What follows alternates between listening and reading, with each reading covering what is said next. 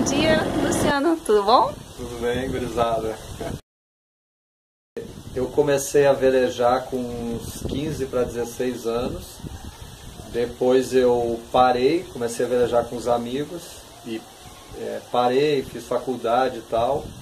E logo em seguida saí de Porto Alegre. Quando eu voltei em 98 para Porto Alegre, eu tinha uma gráfica na época e eu cheguei num cara vendendo meu serviço gráfico e o cara tinha um estaleirinho pequeno. E eu acabei fazendo uma permuta para ele com um veleirinho que ele tinha, um veleirinho jogado lá. E aí voltei a ter, na verdade foi o meu primeiro barquinho à vela, né? E desde aí eu me reencontrei com a vela e passei a cada vez mais me envolver com a vela, né? E quando tu te envolve com a vela é uma coisa tão apaixonante que tu passa a viver aquela coisa, né? E aí eu comecei a comprar e vender barco com a ideia de ter sempre um barco maior. E nessa história de comprar e vender barco surgiu também a ideia de montar uma loja. Aí eu montei em 2002, eu montei a Baú Náutico numa galeria de Porto Alegre. E eu já navegava muito em navios afundados, tudo que Porto Alegre tem muitas ilhas perto do porto, então tinha muita sucata de navio, né? E eu comecei a navegar para buscar essas antiguidades nos navios abandonados, né? E aí surgiu a loja, eu me mantive um certo tempo, e na época eu tinha um sócio que também era velejador, e eu falei para ele: Paulo, eu vou tirar um mês de férias porque eu quero dar uma navegada pela lagoa, né? E ele topou. Eu digo: tu segura a loja para mim, seguro. E eu saí e não voltei antes de 2 meses e pouco. De terra para o mar. E sim. Então, quando foi essa fase, esse momento de transição? Vou partir e depois partir. Na verdade é um processo, né? Quem se fisga realmente pelo mundo do mar, pela vela, né? Não é de imediato, né? Porque a maioria das pessoas elas curtem, mas estão com amarras em terra, né? Tem os trabalhos, tem família, etc. Mas quem realmente tem no seu íntimo uma força, um apelo maior, né? É inevitável. Eu, no meu caso, eu comecei a cada vez mais viver da vela, né? Comecei dando aula de vela, a loja, comprando e vendendo barco, e depois disso aí já virou um ou outro deliveryzinho, né? Me pediam para trazer uma embarcação. Eu comecei a viver da vela e cada vez me apaixonar mais, até que depois dessa última, do meu primeiro cruzeiro, que eu considero meu primeiro cruzeiro longo, né? Que eu fiquei um pouco mais de 2 meses, eu já voltei decidido, né?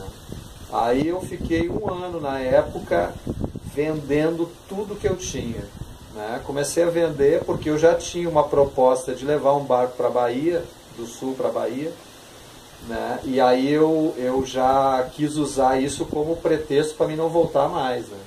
Aí eu vendi carro, moto, computador, fechei a loja, vendi o estoque todo da loja, comecei a desarmar o acampamento.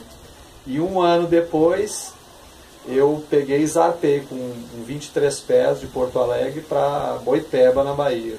Um casal uma gaúcha e um paulista. E aí foi o meu primeiro... Com 23 pés, com 23 que aventura, pés, hein? Saí não é fácil, hein? Eu saí com... Era um Multishine 23 do Cabinho, né, feito lá em Porto Alegre. Mas era um barco que não estava preparado. A gente tinha um motor de popa de 8 HP, né? E o barco tinha 80 centímetros de calado, ele não era um barco bom não orçava direito, né? Mas a gente conseguiu, né? E a minha ideia na época, eu tinha me proposto eu não sabia se eu ia conseguir sobreviver no mar, né? Porque eu não tinha, eu juntei essa grana para comprar um barco maior, que na época daria para comprar um 27 pés, né? Usado, claro. E eu ia ficar, a minha ideia era ficar um ano perambulando, né? Pela costa e ver se eu ia conseguir sobreviver.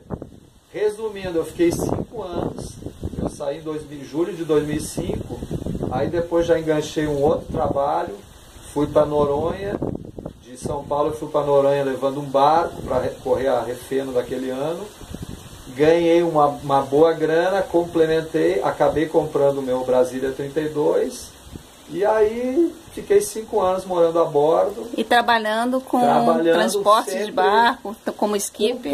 Com tudo. Trabalhava como skipper, principalmente, que era o que mais dava uma grana, dando aula de vela, né, fazendo charter com turista, trabalhando muito com barco estrangeiro, porque nesse tempo eu morei 1 ano em Salvador. Aí de Salvador, na verdade, que eu decidi para o Caribe. E no Caribe também, trabalhando basicamente nos outros barcos, né, barcos estrangeiros, e quando tinha um capitalzinho eu saía para navegar também, geralmente transportando alguém, vivia assim, né? E aí fechei 5 anos a bordo, quando eu decidi voltar para Porto Alegre para vender o barco, né? E aí encerrei esse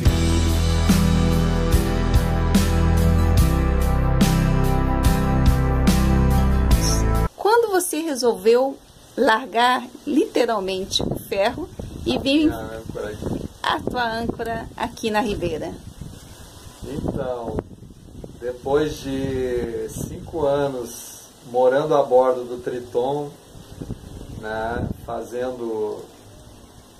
já tinha navegado 18 países, 5 anos morando a bordo, na verdade eu estava um pouco cansado de viver com pouca grana, né, porque eu não tinha reserva nenhuma, então eu precisava realmente trabalhar para manter o barco, principalmente, e me manter, né, poder tomar uma cerveja com os amigos e tal.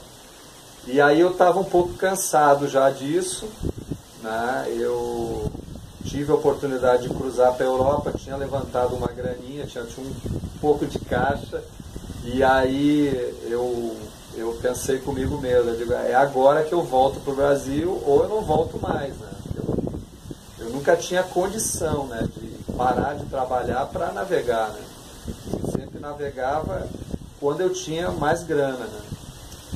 E aí em 2009 eu tinha cruzado o Atlântico com o alemão e eu tinha um dinheirinho legal. Voltei para Trinidad, que eu estava em Trinidad, voltei para Trinidad com a ideia de voltar para o Brasil e vender meu barco, e com a grana do barco eu compraria um barco no Caribe, né? Essa era a minha ideia na época.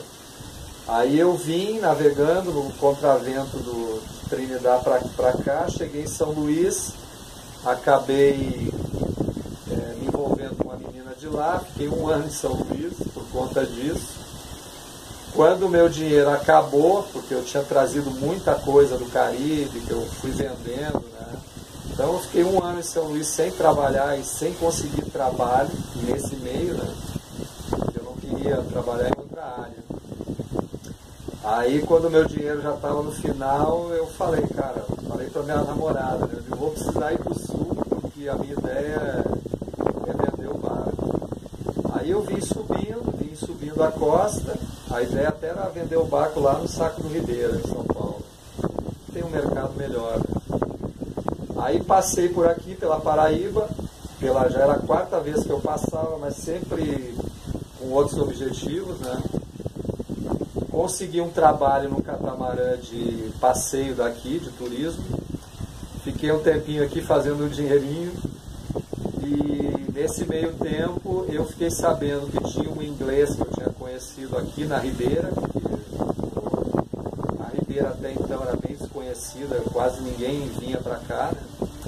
Aí eu vim atrás desse inglês para ver se encontrava ele, e acabei encontrando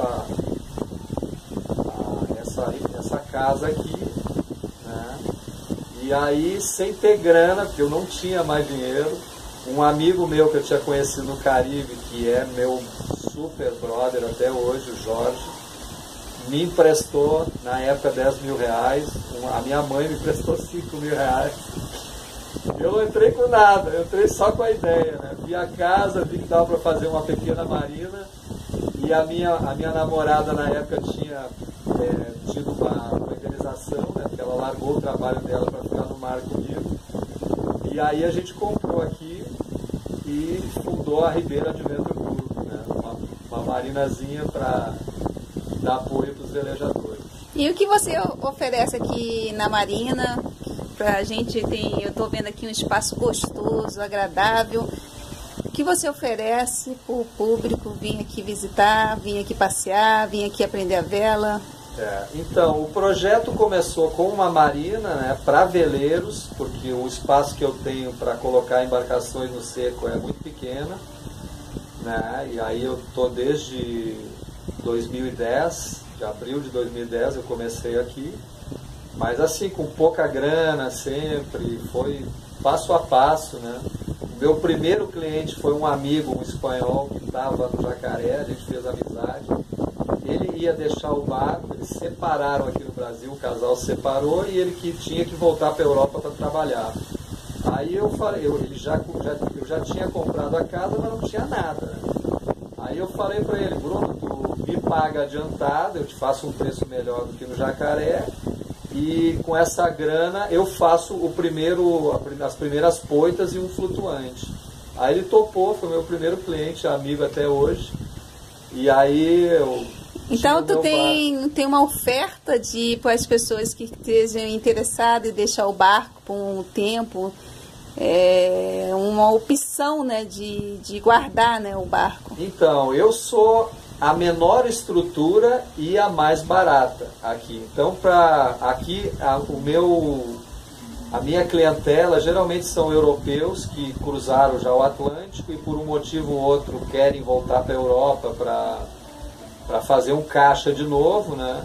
E eles deixam os barcos guardados aqui por 3 a 1 ano.